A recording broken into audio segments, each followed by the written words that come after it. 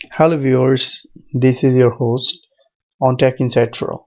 Today we introduce about Face ID with mask on iPhone and Apple devices. So let's start the video. In this pandemic situation, most of the people are covering their faces with mask. But who have used Apple device, they need to unlock their device for Face ID. And Face ID cannot working with a mask iOS devices.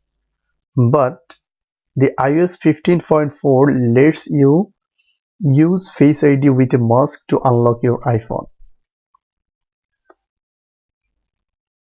iPhone user can use Face ID with a mask to authenticate apps, unlock your iPhone and use Apple Pay. Just some steps you need to go. Face ID with face mask. Ensure your device has iOS 15.4 or later. Then go to settings, Face ID and first code. Then enable Face ID with a mask. Follow the on-screen instruction to set up Face ID. iPhone users would keep this in mind. The face with the face mask feature is supported on iPhone 12 and later. We have 15.4 iOS and later.